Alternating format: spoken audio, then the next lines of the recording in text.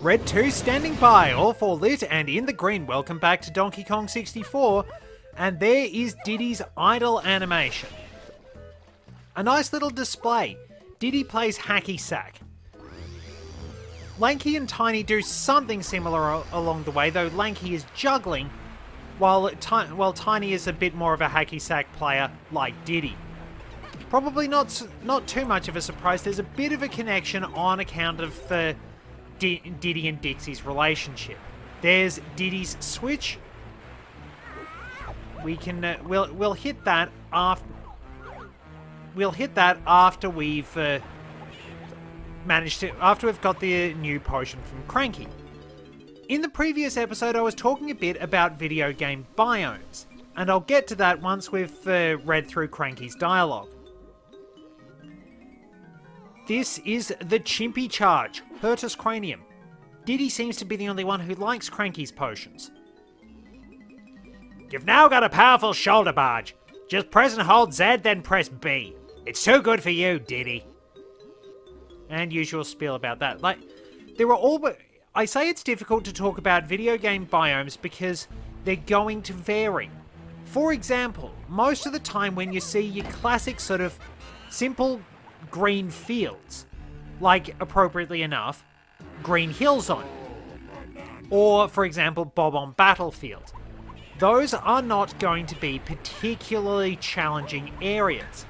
They're going to be your basic ones. Usually, you do not start out the game in an ice area. Those are usually challenging later game areas because they generally require you to relearn the controls of the game all over again because, as we all know, ice physics suck. You might find deserts at different points of the game. They might be an important story area, or they might just be part of the game.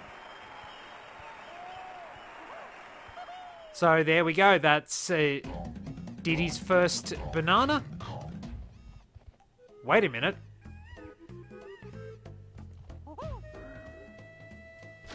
It kind of sounded like that just kept going. That's weird. So if we head back to the start, we can pick up some of Diddy's bananas. Like, desert areas sort of fit in pretty much anywhere, as I said. Ice levels, especially in Pokemon games, you'll usually find Ice-type Pokemon much, much later in the game. In Sword and Shield, you actually get the opportunity to find them relatively early on account of the fact that weather can bring up Ice-type Pokemon, which I think is kind of a nice touch, because this at least gives you the opportunity to use returning Ice-type Pokemon. Alternatively, you can wind up with something like Delibird, which... why that's in the game in the first place is anyone's guess, really.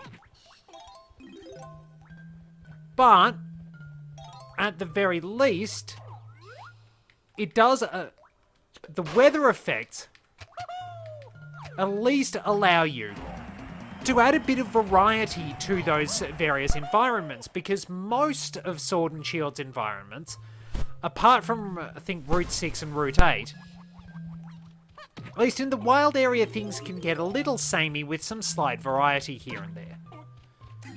But most of the time, the actual icy area is towards the end of the game. We need to go up here, by the way. It's sort of standard. The icy area is towards the end of the game in a Pokemon game. You might find ground types mid-game. You will probably find bug types early on because there's a beginning forest or a beginning cave where you can pick up rock types that are usually weak to your starter. So it basically ties into everything I was saying about it's all how the individual game chooses to use the biome to its advantage to basically tell the story and give the guidance it wants to give you. So we do need to actually...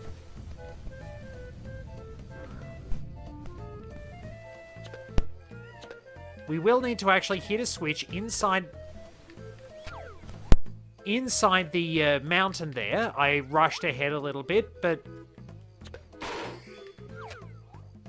now, wait a minute, if we look, we can sort of see just green. That's not good. That's sort of weird green fog. I know it's part of the level boundary, but it's That's like some Superman 64 level fog. Oh boy. Anyway, let's head back down and trigger that switch again. It's kind of hard, really, to, as I said, to determine what a biome is going to be like because of the way the game uses it, but I've always had certain favorites. I do tend to like a few desert areas, even though I hate hot conditions in real life. I like more desert locations, such as the Spirit Temple. I like locations, well, such as the Wind Temple. I like sort of cool, rainy areas in games. They can be very enjoyable. So, say somewhere like, what would be the best spot?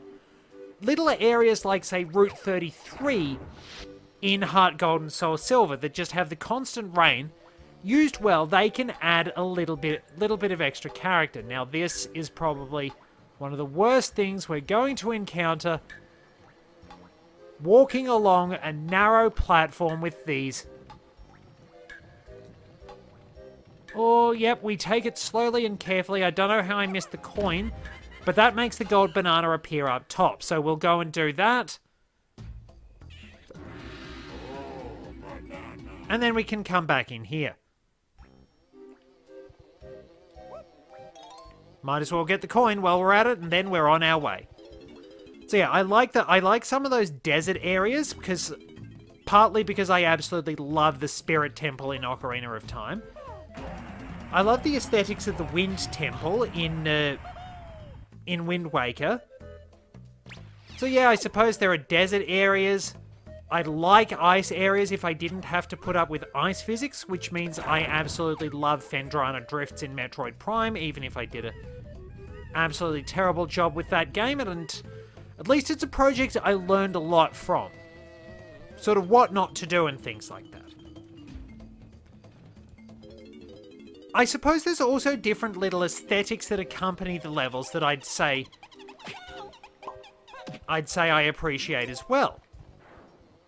I like areas, as I said, with that sort of overall rainy vibe to them. Sort of very, very peaceful, laid-back, wet weather areas. I love those because I come from Australia, which is ridiculously hot most of the time. And so I've got used to pretty much taking any rainy day when I can. And I don't understand why people... I sort of understand why people like cold weather. And why people like hot weather too.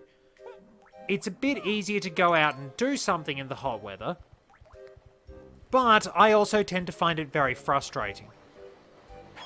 So, quick demonstration. Chimpy Charge smacks things like that down. Blow up clumps with grenades. This time you just flat out can't hurt them with regular attacks. You're not going to be able to stomp on their head either. They will wind up leaving 3 grenades behind. When you have switches like this sticking out of a wall, Chimpy Charge will wind up hitting them. Now, some people speculate that what the potion for Chimpy Charge does is not... I probably should have got the bananas in there first. It doesn't give Diddy the shoulder charge so much as it actually allows Diddy to perform the shoulder charge without hurting himself.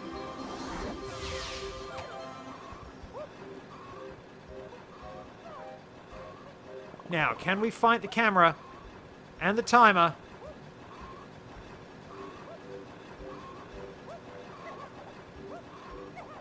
Oh, first time. So, crystal coconuts here. They will power your special moves. You'll learn about those later on. What blew up? Alright, we're back in a minecart stage. We have to collect 50 coins on this pleasant scenic ride. Squawks is lying. Control stick moves us around. And A is jump. So, off we go.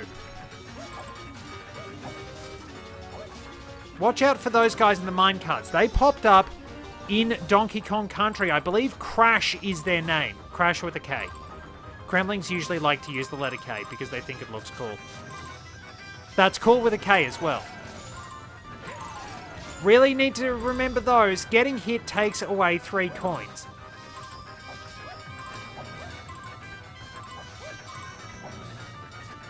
So watch out for kaboons.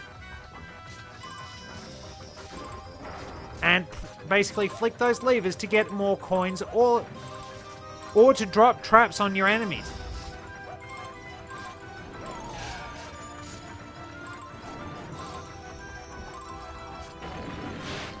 You unfortunately can't restore your health if you've taken damage.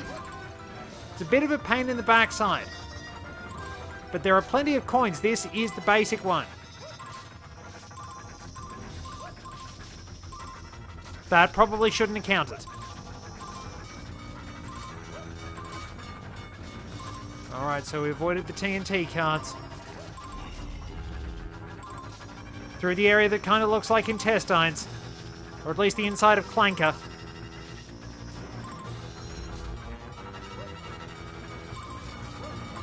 Sticks the jump. So yeah, be careful of those traps along the way. You will miss out on coins sometimes. Very clever placing the coin there just to trick you. We got 68 coins. Very good. So there we are. Minecart rides are pretty much part and parcel of the Donkey Kong Country games. We've got all our bananas. If we can just check our menu. And we've got the blueprint. So what I'm going to do is hand in the blueprint. We can basically skip the animation because we've seen that before. And then I will wind up heading out of the level. Well, I do want to put the story cutscenes back on, because I sort of skipped that to actually get going. So what I will do is I'll see you back at the entrance to Kong Isle. And here we are. Once again, we are playing as Donkey Kong. We'll need to head over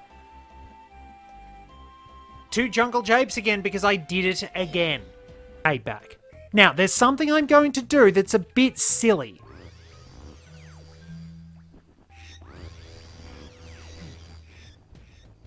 We will be able to get one more golden banana. But, oh, crumbs. Okay, I said I was going to do something that was a bit silly, but walking out of the level without beating the boss wasn't it. I forgot to beat the boss. So, we found ourselves a Trough and Scoff door.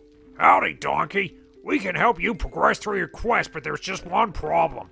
I want to reach the key above my head to open this door for you, but I've eaten far too much. I reckon that if you can feed my buddy Scoff over there, he might be able to overcome my slight weight problem. So if you've got any tasty bananas, go stand on our pad and let's see what we can do.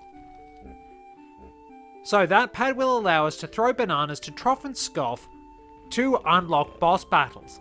Interestingly, if you come down here, this will be able to tell you how many bananas each Kong has given to Trough and Scoff. You can also, if you get it right, basically clip into the,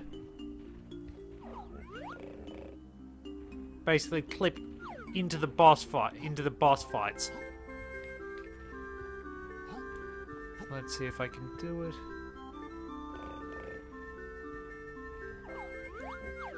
It requires very specific timing, and it might be easier with a Nintendo 64 controller.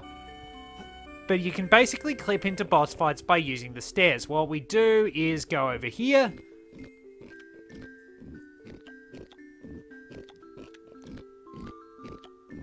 So we'll get through the first boss fight, we'll make our way to the second level and do a little bit of extra exploration.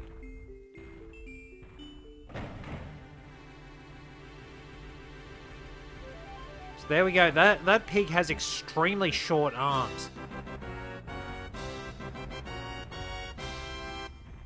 Now, the bosses can only be fought by a specific Kong. If you try and take them on with someone else, the door will slam in your face, as I will demonstrate.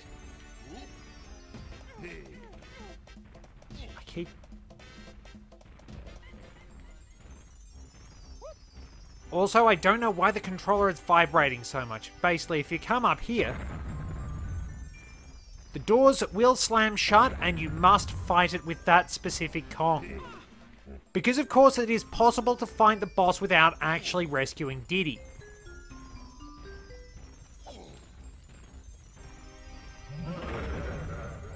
So, if you have played Donkey Kong Country, you'll recognize this boss. This is Army Dillo, basically a bigger, mechanized, and fireball cannon-wielding version of the armies you fought in that game. The Donkey Kong series has a very good history of basically enlarging the enemies on the levels and calling them bosses, though this is the only point at which you actually fight an army. So, and of course, as pretty much standard for video game music, which I will get to talking about later on, you wind up having a jazzed up version, a more intense version of the boss fight theme. We also have to defeat Army by throwing TNT at him. And that basically winds up causing his shell to short circuit, and he pretty much gets electrocuted. So we pretty much have to cause a gigantic armadillo brain damage. Seems about right. We blow up his nose, his shell electrocutes, and there go his fine motor skills. We probably already knocked out his speech skills. We are doing something particularly horrible, and Donkey Kong is probably going to get sued for a lot of money because he has done some very severe damage to this gigantic armadillo. Mind you, it is its own fault it put the blasted TNT barrel in there. Exactly why does the arena just have random TNT barrels in there anyway? These bosses really don't plan things through, do they? And of course, if he didn't stick his head out, then he wouldn't wind up with massive cranial trauma and nerve damage from electrocution, but it's his own fault. I mean, those barrels just happened to be nearby. He walked into them. Anyway, Army Dillo is kind of a joke. We can take a TNT barrel with us. And there we go. The first key. We will need those, as K. Lumsy said, to unlock the cage. Yep, one of the keys to K. Lumsy's cage, which, despite the fact they're Kremling owned, have the DK symbol on them. We can basically just hit exit level and move on out. Notice that now we've actually saved and quit and come back into the game, we have half our ammunition. This can be remedied. I set the camera to follow, so I'm not sure what that does. Anyway, we will head back out of here and swim over to K. Lumsy's. Pretty much a straight shot from here. It's nice having a lot of different environments. And it is interesting seeing how each one changes. There are obviously going to be, as I said, ones that will be your basic beginner levels. And there will be ones that are always associated with more advanced levels. You'll probably have to wind up avoiding lava as you go further into games, for example. You're probably not going to have a platformer that allows you to dodge lava all the time in the early levels, unless, of course, you actually do have a game that is focused around lava. And interestingly, you kind of do have to dodge lava relatively early on in Donkey Kong Country 2, but those lava areas are actually, well, they're not real lava per se. The lava in levels like Hothead Hop are actually sort of a kill barrier, like falling out the bottom of the screen as such. The reason I'm taking you around here is this is where we go with the 3 teleport.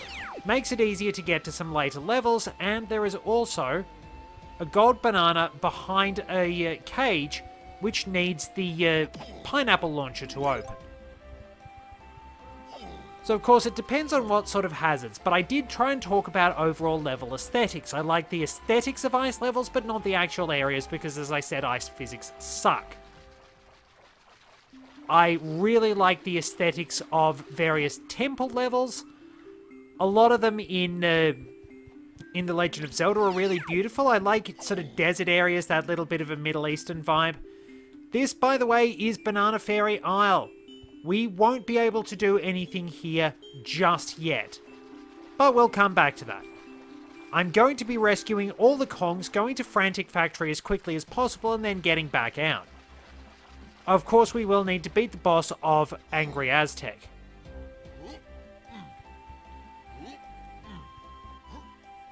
So yeah, I also like, in terms of overall weather aesthetics, I like snowy areas, again, so long as I don't have to deal with ice physics. I will be going on about how much ice physics suck and also how much my own platforming skills suck. I love autumn areas and I love rainy areas. I don't like thunderstorms because they're sort of an excuse to... there's some sort of glitch you can pull off with Slopes and DK's running attack, but I don't have the skills to do it. If we wind up going over here, we activate the 2 teleport and we get on the way to Angry Aztec, our second level. We'll need to grab a few bananas along the way too, as well as some grenades. We need 5 bananas to get into here, and we're all good to go.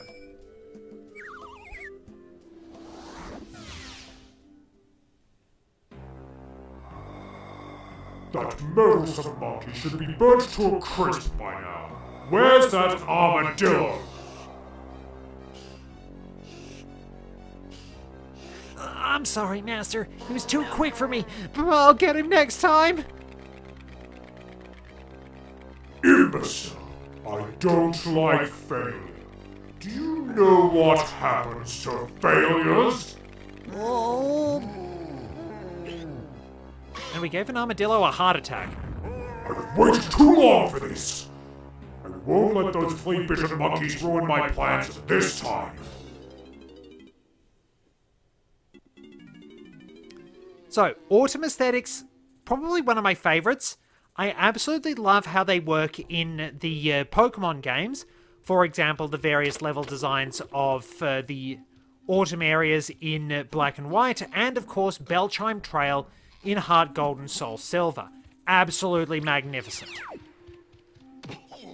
I cannot praise that area enough. It's just a little side area that's only important if you're going after Ho-Oh at the Bell Tower. And yet they put so much energy into it. The colours in autumn areas tend to be incredibly beautiful, very soothing as well. I love Click Clock Wood's autumn variant in Banjo-Kazooie. It's my favourite part of the overall level. So we can't get across those sands without getting hurt. We can actually make a bit of a run back over there later on. That's mainly for DK's blueprint. And over here, we are going to meet a llama. It's either a llama, maybe an alpaca, not sure. Listen to me!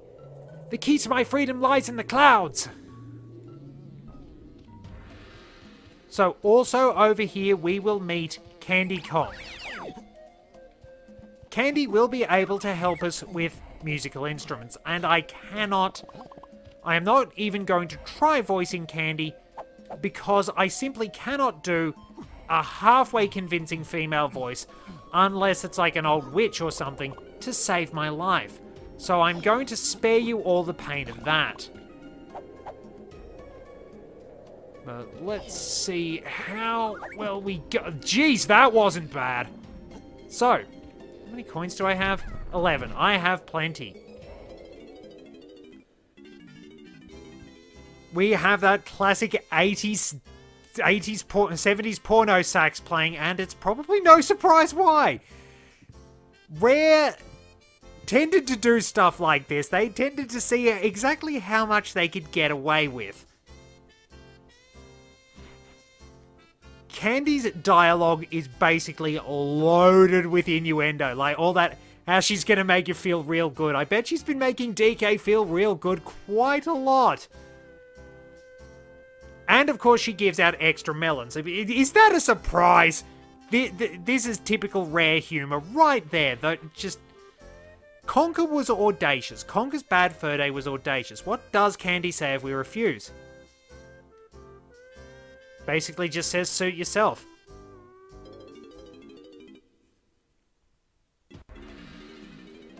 So, let's go back in, let's cue the saxophone and cue the bongos. They pretty much made a game about those with Donkey Konga. They made 3 of them, and there were even bongo controllers. So, Candy is going to show us how to use our instrument. You can read a fair bit of innuendo into this. Z and C up, and you basically get a screen wipe. The headphones will restore their power. You can use it anywhere, but you'll mostly use it on, basically on the music pads. We also now have 2 melons, just like Candy. So we can take a few more hits along the way. If we head back here, now I'm probably going to be stuffing around a little bit. I do want to get DK's blueprint because that's basically just another... It's basically another means of picking up a gold banana. We can actually get some bananas, so I'm going to come back when we've got the appropriate technique. I'll do a fair bit of work with DK, pick up as many bananas as I can, and then we'll go to work with Diddy. If we want to free Tiny, though, we can take a stop off in that temple over there, so I really do suggest that we should, because we actually need Diddy to open the path to the next area. And the more Kongs we have helping us, the better.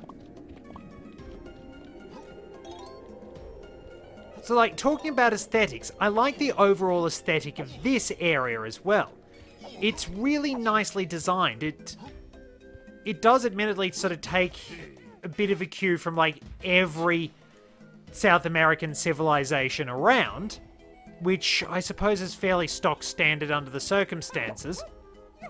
Most games don't really do too much to differentiate between the Mayans, the Incas, the Aztecs. If you're lucky, you might get a little bit of Olmec and Toltec scattered in there. Seriously, do yourselves a favor and actually learn about some of those. It just pays to learn a lot under any circumstance, really.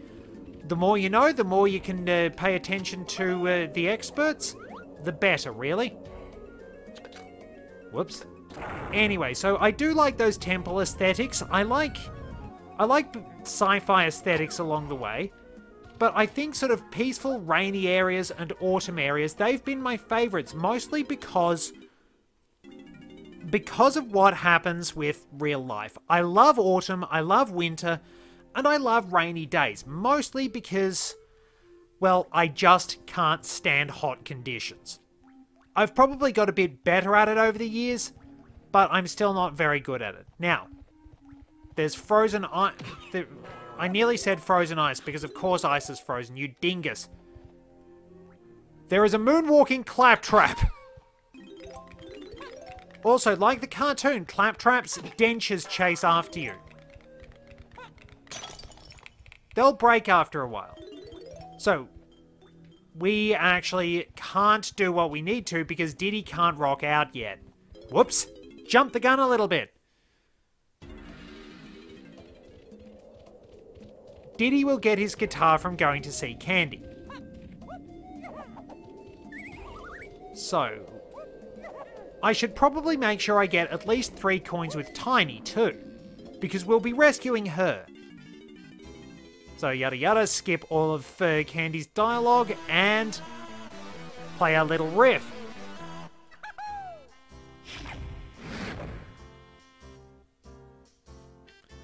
So, just the usual instructions in case you needed a reminder. Candy will flirt with pretty much everyone. Even Tiny, and it is actually kind of funny to see her flirting with Chunky because Chunky, when he's standing and visiting someone in a shop, looks so awkward. But I suppose that is part of Chunky's charm as a character, that sort of endearing awkwardness as such, that he's sort of the big tough guy who is a bit clumsy, he's very good-natured, but he's really shy as well. Oh, no, no, no, no, no. Thankfully, oh yes, yes, yes, yes, yes, we can get back into this temple. Now, in terms of aesthetics, I don't mind if things are slightly foggy as well, because I do actually like foggy days. Now, there are some things that obviously fog was sort of an excuse for not having the full processing power of everything way back in the old days of video games. But of course, this interestingly wound up working to great advantage with the Silent Hill series. They wound up managing to turn the fog into something useful. Now, we'll need to backflip up these. I'm never confident when it comes to narrow platforming. Because, as I've mentioned, I do have a tendency to believe that the Wii U's controller pad is a little oversensitive. It's just, unfortunately, the case that the older control sticks, that one was on me. The older control sticks tended to have dead zones that actually gave you a bit of leeway with things. The fact that they weren't as sensitive did sort of give you a little precision here and there. In a sense. Anyway, we will need to move very carefully and make our way across this tongue. Now, you can't just stand on it, because I tried. Unfortunately, it will wind up retracting on you. Physics doesn't work like that. You might be caught off guard a little by the momentum, but you should be able to still stand on it. That's a grenade.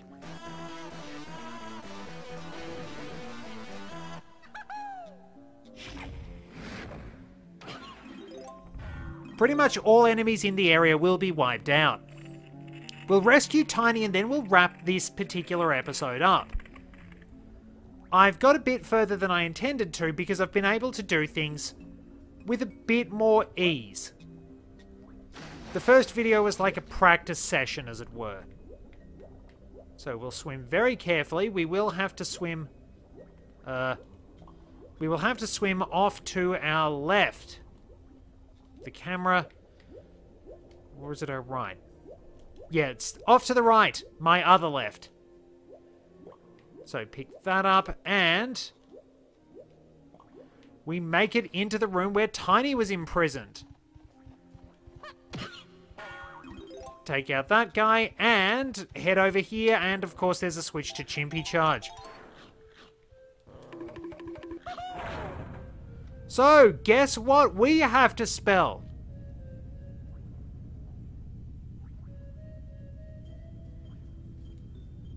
Yep, that's right, OKNG. Now, if I'm going to be honest, OKNG really does sound like it's some sort of Soviet-era secret police. But no, of course, part of the series we have to spell Kong. If you can't spell Kong, you're probably in a bit of trouble, or you're doing it on purpose. So once we've done this, we'll be able to play as Tiny, and we'll have a few more bananas along the way.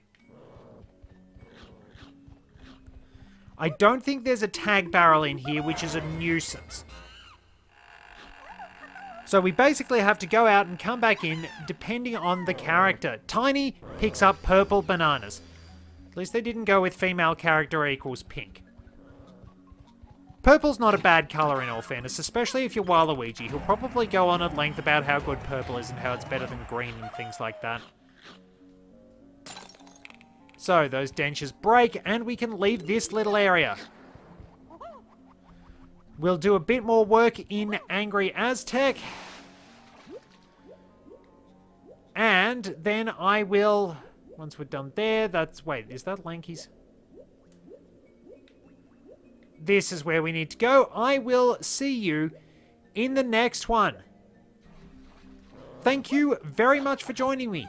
Till next time, this is Red 2, returning to base.